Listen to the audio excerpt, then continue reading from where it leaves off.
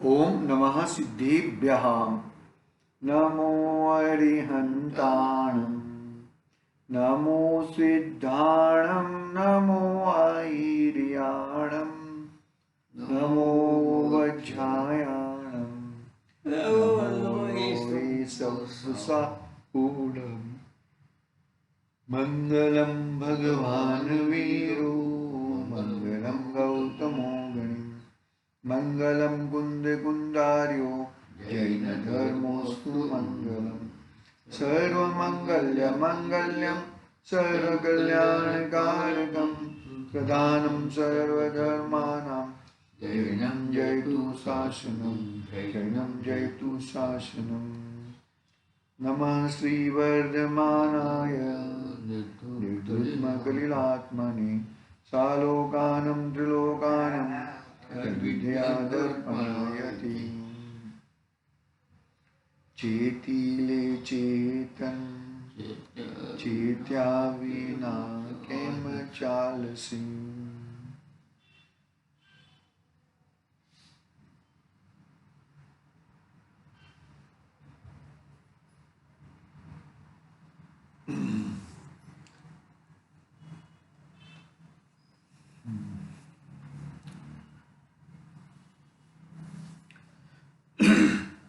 रत्नाकरण सावकाचार्य आचार्य समुद्भद्र देवदास रचित महा मंगलकारी शास्त्र चरणानी योग का ये श्रावक धर्म प्रकाशक समझ लो। श्रावक का कैसा जीवन होना चाहिए, बहुत सुंदर इसमें बात बताई है। अपनी बात यानी कि अपना चर्चा चौथा अधिकार पूरा करके परिशिष्ट था, वो परिशिष्ट पे चल रही थी। अंतिम जो बात है वो वापस दोहरा देते हैं।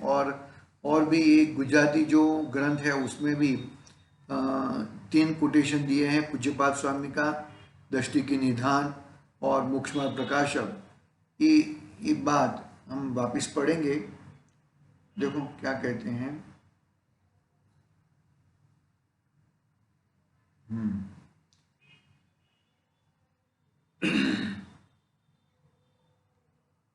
वो सत्ता स्वरूप वाली बात थोड़ी कर लेते हैं और फिर गुजराती ग्रंथ के माध्यम से पढ़ेंगे। मोक्ष मार्ग की प्रयोजन भूत मूल वस्तुएं क्या क्या है, मोक्ष मार्ग में प्रयोजन भूत वस्तुएं क्या क्या है वो बात बताई। देखो, जिन धर्म और जिन मत, कल हमने पढ़ा था। जिन धर्म यानी कि संवर धर्म, संवर से प्रकट करना। जिन मत, देव कुदेव, गुरु कुगुरु, शास्त्र कुशास्त्र हमें पहचानना चाहिए। जो भी वितरागता के पोषक हो वो जिनवाणी है, जैन वाणी है, वो शास्त्र है। बाकी जो राग में बताता हो, राग धर्म इतना करना चाहिए करना चाहिए करना चाहिए, तो वो कुशास्त्र है, वो शास्त्र नहीं है, वो शस्त्र है।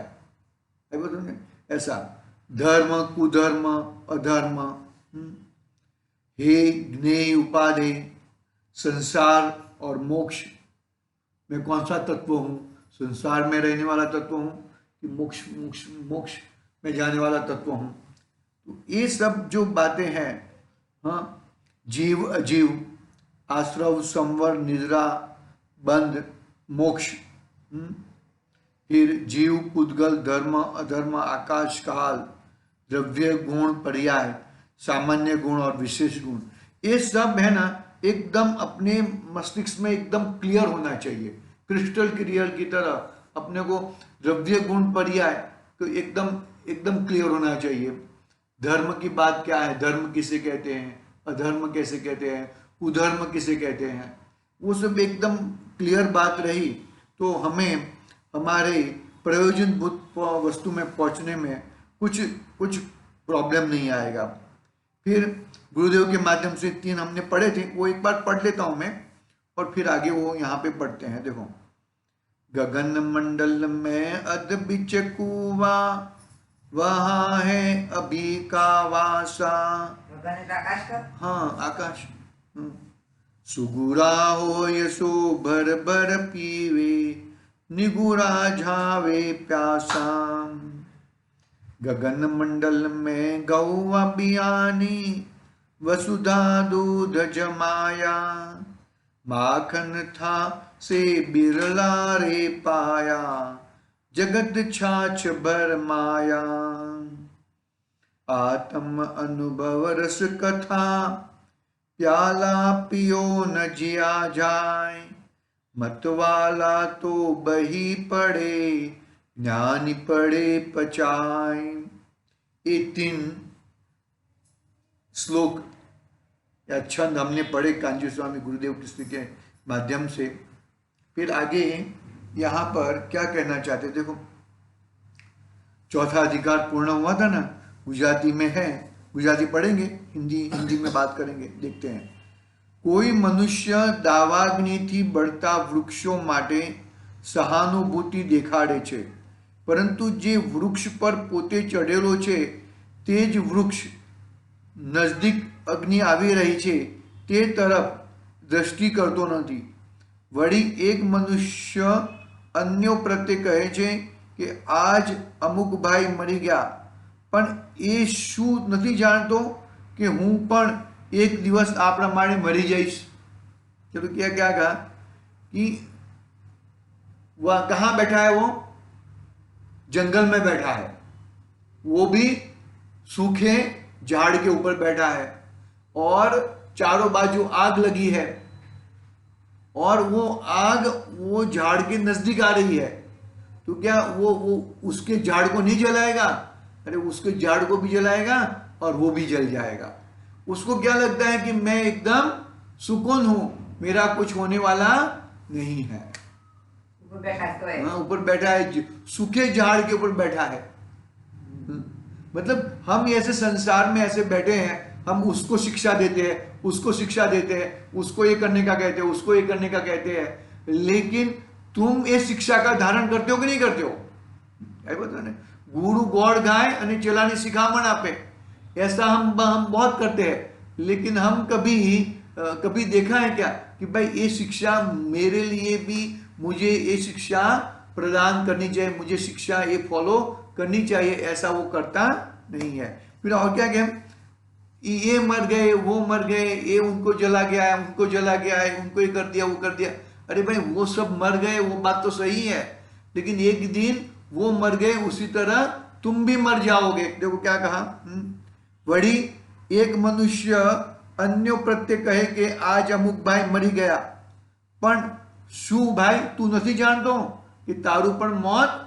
मतलब इसके पीछे कहने का भावार्थ क्या है कि भाई तू त्वराए अपना कल्याण कर ले, अपना कल्याण त्वरा से कर ले. अपना कल्याण जो तू नहीं करेगा तो भाई कुकरी मुकरी में, गुरुदेव की भाषा में कहे तो कुकरी मुकरी में चला जाएगा, कोई आता पता नहीं रहेगा तेरा. शरीर अनित्य છે, વૈભવ પણ શાશ્વત નથી, મૃત્યુ શિર ઉપર ગાજી રહ્યું છે, માટે ધર્મનો સંગ્રહ કરવો જ જોઈએ. क्या कहा? शरीर अनित्य है, शरीर नित्य नहीं है, शरीर अनित्य है, कितना भी होने दो, शरीर अनित्य है. ये वैभव है, वैभव कभी शाश्वत रहते नहीं है. और मृत्यु सिर ऊपर गज रहा है, हाँ माथा ऊपर मृत्यु भमी રહ્યું છે, बम रहा है. क्या फिर पूज्यपाद स्वामी क्या कहते हैं कि धर्म का संग्रह कर ले भाई, तू धर्म की ध्वजा पहरा ले, धर्म की ध्वजा बहा ले तो तेरा कल्याण होएगा. देखो आगे क्या कहते हैं, दृष्टि के निधान के शब्द हैं. देखो ज्ञानी कहे छे કે પછી કરીશું એવો અભ્યાસ જેણે કરી રાખ્યો છે તેને મરણ વખતે પણ પછી જ રહેવાનું છે. बाद में करेंगे, ये काम है ना बाद में करेंगे. तो कोई ऐसा रहता नहीं, करा सो काम अभी का अभी कर लो, बाद में किसने क्या देखा है, अभी का अभी कर लो. ऐसा बाद में करेंगे એવો અભ્યાસ જેને કરી રાખ્યો છે તેને મરણ વખતે પણ પછી જ રહેવાનું છે. अरे भाई अभी मत सुनाओ, मेरे को सुनने को नहीं हो रहा है. अरे ऐसी परिस्थिति आ जाती है जब अंतिम अंतिम समय में होता है ना, अंतिम समय में अपने को नक्की करके जाना चाहिए, नक्की बोल देना चाहिए कि भाई मुझे इस तरह से करना है, मैं शायद ऐसा बोलूं ना तो भी मुझे जबरदस्ती ऐसा ही करवाना, ऐसा हमें हमें नक्की करना जरूरी है। नहीं तो क्या होएगा कि भाई ये शरीर काम नहीं कर रहा है, शरीर तो काम नहीं करेगा, नहीं करेगा, लेकिन मेरा आत्मा तो परमानेंट काम करने वाला ही है। देखो, પછી કરીશું પરજી કરીશું એવો અભ્યાસ જેને કરી રાખ્યો છે તેને મરણ વખતે પણ પછી જ રહેવાનું છે, કારણ કે જેણે પછી પછીનો સિદ્ધાંત કરી રાખ્યો છે તેને પછી પછીમાં હમણાં કરવું એવું નહીં આવે। बाद में करेंगे, बाद में करेंगे, वो जो वो जिसने घटना की है वो कभी भी वो बाद में करेगा, बाद में कर लेंगे, बाद में कर लेंगे, ऐसा ही उसका रहता है। हाँ, अनेक ज्ञानी ने तो एम थाय छे के आ शरीर छूटवाना समय घणું જોર પડશે, આ શરીર છૂટવાના સમય ઘણું જોર પડશે, તો તેમાં જેટલું જોર છે તેટલું જોર આત્માનું પણ તેની સામે જોશે। માટે જ્ઞાનીને એમ થાય છે કે આ ભાવને આ ક્ષણે તૈયાર કરું, મારા ભાવને, કે मेरे भावने, मेरे न्यायक भावने, मेरे परम परिणामिक भावने अभी का अभी तैयार कर दूं, अभी का अभी मैं, मेरे अभी मौत अभी आने वाली है ऐसा समझ के अभी का अभी मैं तैयार हो जाऊं। आवो जेने अभ्यास पाड़ी राख्यो छे तेने मरण वखते पण आ पड़ ज आवी जशे, आज पड़ावशे। अरे जो आना है आने दे भाई, मैं खड़ा हूं, मेरा विनायक खड़ा है, मैं तो मेरे आत्मा में ही रहने वाला हूं। अभी तीसरा एक पॉइंट है टोडरमल साहब का, मोक्ष मार्ग प्रकाशक, अधिकार 7वें अधिकार से लिया है। देखो, जुओ परिणामों विचित्रता कि कोई जीव तो 11मा गुणस्थाने यथाख्यात चारित्र पामी पाछो मिथ्या दृष्टि बनी किंचित न्यून्य पुद्गल परावर्तन पुद्गल अर्ध पुद्गल परावर्तन काल सुधी संसार में रखड़े छे, त्यारे कोई जीव नित्य निगोद मांथी निगड़ी मनुष्य थई 8 वर्षनी आयु में मिथ्यात्वथी छूटी अंतर मुहूर्त में केवल ज्ञान की प्राप्ति करे छे। एम जाणीने पोताना परिणाम बगाड़वानो भय राखो तथा तेने सुधारवानो उपाय करो। क्या कहते हैं, देखो मुनिराज की बात कही, बावलिंगे साधु 11वें गुणस्थान से यथाख्यात चारित्र हो गया है, 11वें गुणस्थान में चले गए उपशम श्रेणी में, तो उपशम श्रेणी से तो वापिस आते हैं, पीछे आते हैं और मिथ्यात्व तक चले जाते हैं, अर्ध पुद्गल परावर्तन तक चले जाते हैं मुनिराज। अर्ध पुद्गल परावर्तन तक घूमने, संसार में घूमने के लिए ऐसे परिणाम आ जाते हैं। और कोई एक जीव कि जो निगोद में है, निगोद से निकला है, 8 साल की उम्र में मिथ्यात्व का त्याग करता है, मिथ्यात्व छोड़ता है, सम्यक्त्व प्राप्त करता है और ऐसा तप करता है कि अंतर मुहूर्त में केवल ज्ञान की प्राप्ति कर लेता है। उनको नाचार्य की बात नहीं, किसी की व्यक्तिगत बात नहीं है, अपने परिणामों की बात है, अपने अभिप्राय की बात है। मेरा अभिप्राय कैसा है, मेरा परिणाम कैसे है, उसके ऊपर ये बात चल रही है। अपने परिणाम बिगाड़ने का भाई, वो वहां पे 11वें गुणस्थान में मुनिराज ने ऐसे ही क्षपक श्रेणी नहीं लगी और उपशम श्रेणी लगी, तो कर्मों का क्षय नहीं हुआ, कर्म दबे और वही कर्म वापिस स्प्रिंग की तरह उछले और वापिस मिथ्यात्व की भूमिका में आ गए। मिथ्यात्व की भूमिका में वापिस अर्ध पुद्गल परावर्तन तक गुमना हो जाता है। और दूसरा परिणाम कैसा बताया कि निगोद में से निकला हुआ जीव निगोद से निकलता है, मनुष्य गति पाता है, मनुष्य गति पाते ही 8 साल की उम्र में मिथ्यात्व को फेंक देता है, मिथ्यात्व को जड़ मूल से निकाल देता है और अंतर मुहूर्त में केवल ज्ञान की प्राप्ति कर लेता है।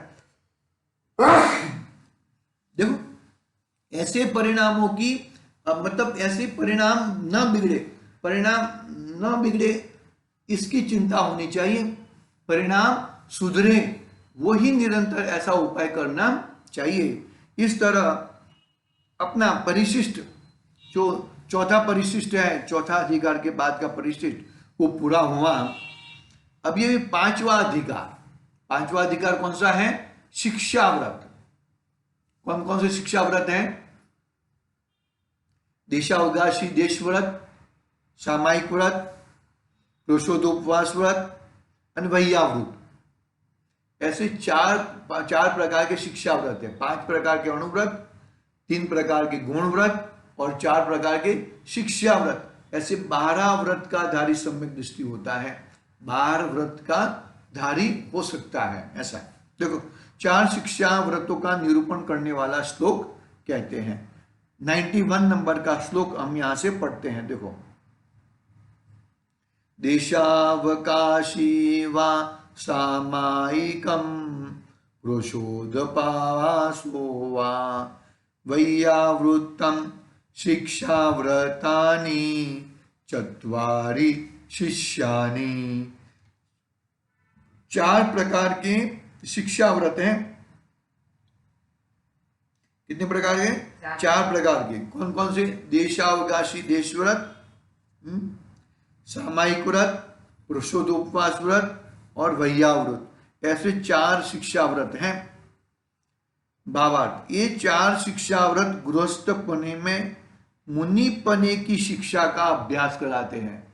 किसकी अभ्यास कराते हैं? मुनि बनने के लिए ये 4 शिक्षा व्रत कहे हैं। जिनको मुनिराज बनना है उनको ये शिक्षा व्रत मुनि दीक्षा, मुनि धारण, मुनि धर्म पालन करने में बहुत कार्यकारी होते हैं। देखो, पहला कौन सा है? देशावकाशी व्रत। देखो क्या कहते हैं यहां पे। अब देशावकाशी शिक्षा व्रत कहने वाला श्लोक कहते हैं। 92 नंबर का श्लोक पढ़ते हैं। देखो, देशावकाशिकम स्यात्काल परिच्छेदने देशस्य प्रत्यह मणुव्रतानां प्रतिसंहारो विशालस्य। अणुव्रतों के धारी पुरुषों द्वारा दिन प्रतिदिन काल की मर्यादा करके विशाल सीमा को थोड़ा थोड़ा घटाते जाना, उसका नाम देशावकाशी शिक्षा व्रत है। क्या कहा? अणुव्रतों के धारी। अणुव्रत कौन से अणुव्रत हैं? अहिंसा अणुव्रत, अचौर्य अणुव्रत,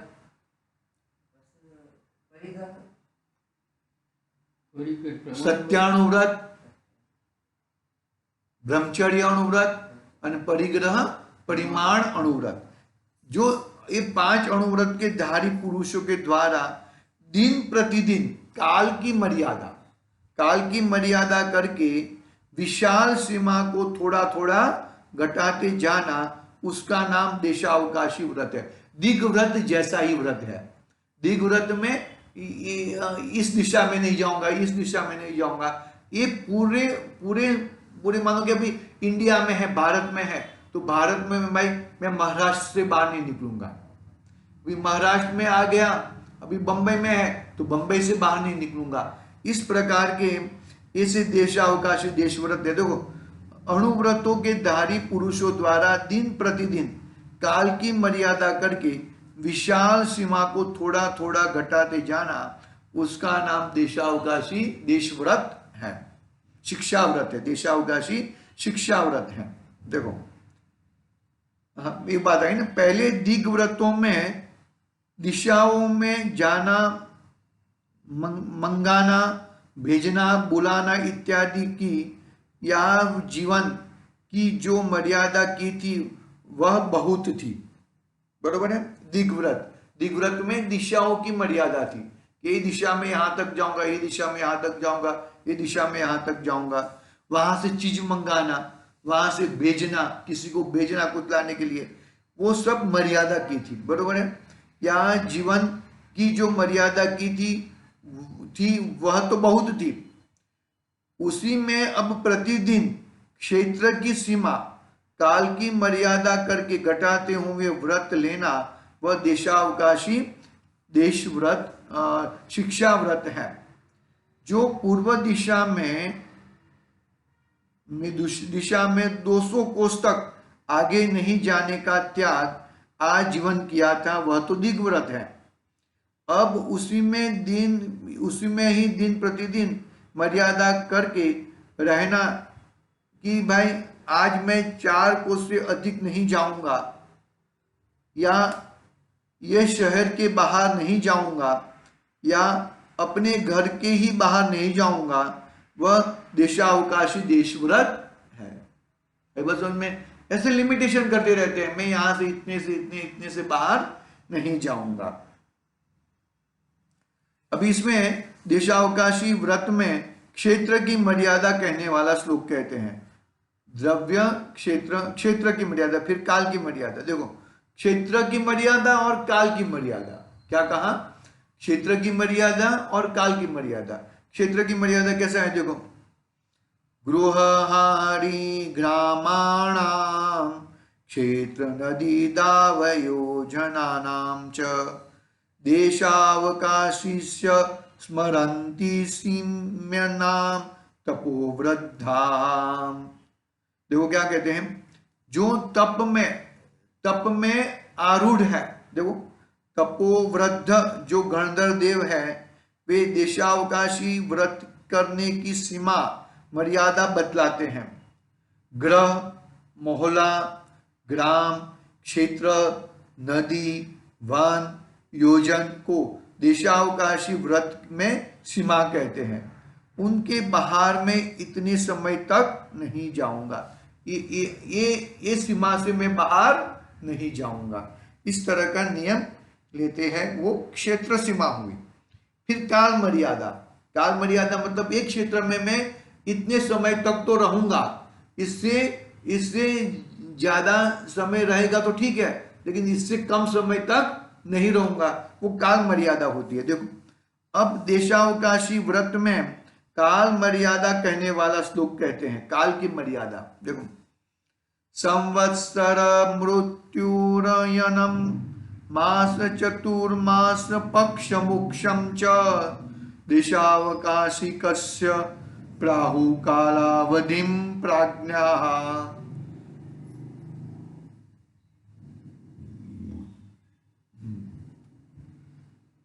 जो प्रवीण पुरुष है वे 1 वर्ष, 6 मास, 4 मास, 2 मास, 1 पक्ष, 1 नक्षत्र, इस प्रकार देशावकाशी व्रत में काल की मर्यादा कहते हैं। मतलब मैं यहां पर आया हूं तो मैं 1 साल तक रहूंगा, 1 साल एक क्षेत्र से बाहर नहीं निकलूंगा, चाहे कुछ भी हो जाए। 6 महीना, 4 माह, 2 माह, 1 मास, 1 पक्ष, 1 पक्ष शुक्ल पक्ष या कृष्ण पक्ष, 1 नक्षत्र, इस प्रकार देशावकाशी व्रत में काल मर्यादा कहते हैं। फिर 95 नंबर का श्लोक है, देशावकाशी व्रत में महाव्रतपना कहने वाला श्लोक कहते हैं। देशावकाशी व्रत में महाव्रत का धारी नहीं हुआ, लेकिन जो देशावकाशी व्रत जो धारण करता है वो महाव्रतधारी मुनिराज के समान हो जाता है, वो बात कहते हैं। देखो, सीमानांतानां परतः स्थूलेतर पंच पाप संत्यागात देशावकाशिकेन च महाव्रतानि प्रसाद्यन्ते। प्रतिदिन जितने क्षेत्र का परिमाण किया हो उसके बाहर स्थूल तथा सूक्ष्म जो 5 पाप है उनका त्याग करके देशावकाशी व्रत करने से ही महाव्रतों की सिद्धि प्राप्त हो जाती है। क्या कहा कि प्रतिदिन जितने क्षेत्र का परिमाण किया हो उसके बाहर स्थूल तथा सूक्ष्म जो 5 पाप है, स्थूल यानी कि बड़े, सूक्ष्म यानी कि छोटे, सभी 5 पापों का त्याग। मान लो कि ये एरिया में हूं तो ये एरिया के बाहर जो भी पाप होते हैं उसका तो मेरा कोई अनुमोदना नहीं भी है, कोई क्रिया करता भी नहीं हूं, कराता भी नहीं हूं और अनुमोदना भी नहीं करता हूं। लेकिन ये एरिया में भी जो भी स्थूल हिंसा है, सूक्ष्म हिंसा है, उसका भी त्याग करना वो देशावकाशी व्रत कैसा, महाव्रत जैसा हो जाता है। महाव्रत के धारी कौन होते हैं, मुनिराज, और अणुव्रत के धारी श्रावक होते हैं। तो ये तो अभी मुनिराज नहीं बने हैं, देशावकाशी व्रतधारी मुनिराज तो नहीं बने हैं, लेकिन वो मुनिराज जैसे, वो व्रत के समय में मुनिराज जैसे कहलाते हैं। ठीक है। प्रतिदिन जितने क्षेत्र का परिमाण किया हो, बाहर स्थूल तथा सूक्ष्म जो 5 पाप है उनका त्याग करने से, देशावकाशी व्रत करने से ही महाव्रतों की सिद्धि प्राप्त हो जाती है। भावार्थ, क्षेत्र की मर्यादा के बाहर सभी पांचों पापों का पूर्ण त्याग कर देने से अणुव्रत ही महाव्रत के समान हो जाते हैं। क्षेत्र की मर्यादा से बाहर सभी 5 पाप का पूर्ण त्याग कर देने से अणुव्रत ही महाव्रत के समान हो जाते हैं। है अणुव्रत के धारी, लेकिन ये देशावकाशी व्रत इतना महान है, जो इतना व्रत, इतना बड़ा व्रत है, वो महाव्रत जैसा कार्य करता है। ठीक है। उसके अतिचार की बात कल करेंगे, आज के लिए इतना ही। हाँ, ठीक है। ओम नमः सिद्धिभ्यः। निज निधि निज में बताई, यह अनंत उपकार है, उसके लिए जिनवाणी माँ को वंदना 7 बार है, उसके लिए जिनवाणी